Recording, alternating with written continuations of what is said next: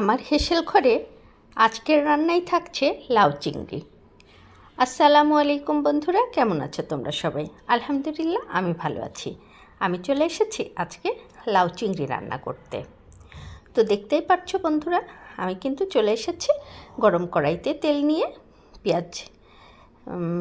পেঁয়াজ ফোড়ন দিয়ে তাতে দিয়ে দিয়েছি বাটা মশলা। আমার বাটা মশলাতে আছে আদা বাটা, জিরে বাটা, পেঁয়াজ রসুন বাটা। আমি কিন্তু মশলাটা খানিকটা পানি দিয়ে কষিয়ে নেব, আর মশলা কষাতে কষাতে এই ফাঁকে দিয়ে দেব বাকি মশলাগুলো। বাকি মশলাতে থাকছে লবণ, হলুদ। আস্তে আস্তে আমি সমস্ত উপকরণগুলো দিয়ে দেব। দিয়ে দিলাম সামান্য পরিমাণ ভাজা জিরে, আর দিয়ে দেব শুকনো ঝাল। শুকনো ঝালের গুঁড়োটা শুধুমাত্র আমি কালারের জন্য দিয়েছি বন্ধুরা। চুলার জালটা মিডিয়াম আছে। এখন আমি দিয়ে দেব চিংড়ি। চিংড়িটা কিন্তু আমি খুব সুন্দর করে কেটে ধুয়ে রেখেছি। আমরা প্রত্যেকেই জানি চিংড়ি মাছের মাথায় কিন্তু ময়লা থাকে, আর পিঠে সিদ্ধারাতে থাকে একটা রগ। সেই রগেও কিন্তু ময়লা থাকে, সেটা কিন্তু অবশ্যই আমাদেরকে কেটে পরিষ্কার করে নিতে হবে। চিংড়ি মাছটা বেশি সময় রান্না করা যাবে না, বেশি সময় রান্না করলে চিংড়ি মাছটা শক্ত হয়ে আসে। আমি জাস্ট 20 সেকেন্ড মতো চিংড়ি মাছটা রান্না করে নেব। তো বন্ধুরা, দেখতেই পাচ্ছ আমার চিংড়ি মাছটা কিন্তু রান্না হয়ে গিয়েছে। আমি চিংড়ি মাছগুলো উঠিয়ে নিচ্ছি।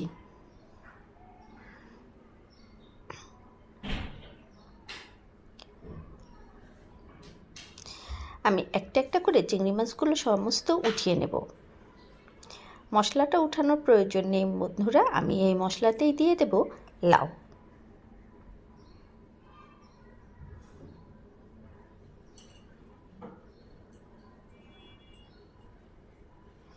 উঠিয়ে নিয়েছি সমস্ত মশলা, দিয়ে দিলাম লাউ।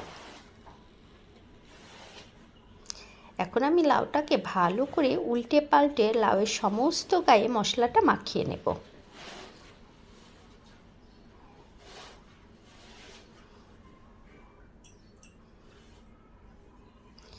প্রচণ্ড গরম বন্ধুরা, রান্না করতে খুবই কষ্ট।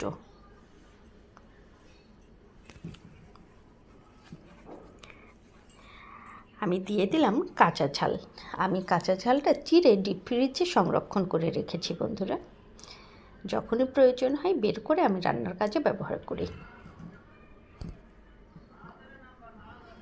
আমি কিন্তু লাউটাকে আবারও ভালো করে নেড়ে চেড়ে মশলার সাথে মিশিয়ে নিচ্ছি।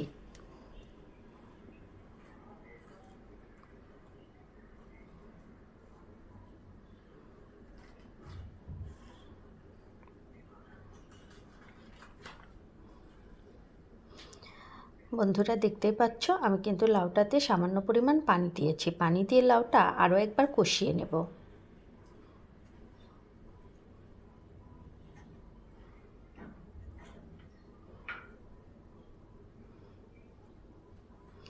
আমি লাউটাকে ঢাকা দিয়ে দিয়ে কষিয়ে নিচ্ছি।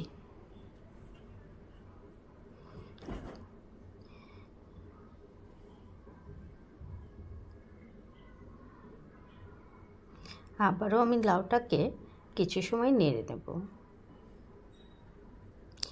লাউয়ের তরকারিটা লাউটা যত কষানো ভালো হবে, টেস্টটা ততই বেশি হবে।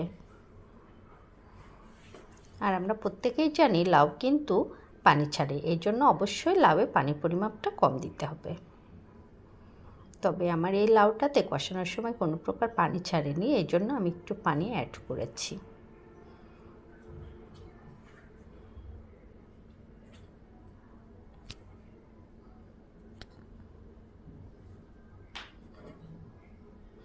আবারও দিয়ে দিলাম আমি সামান্য পরিমাণ পানি।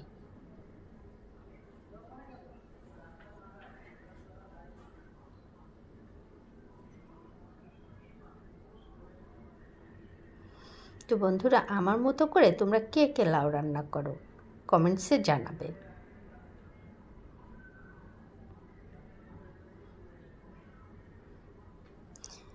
এখন আমি দিয়ে দেব সেই কষিয়ে রাখা চিংড়িগুলো।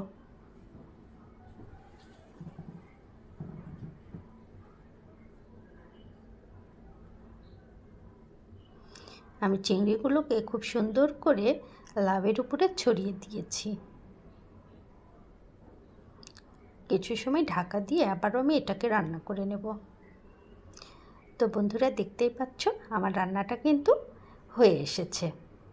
তো এত সময় আমার সাথে থাকার জন্য, আমার ভিডিও দেখার জন্য তোমাদেরকে অসংখ্য ধন্যবাদ। আবারও দেখা হবে নতুন কোনো রেসিপি।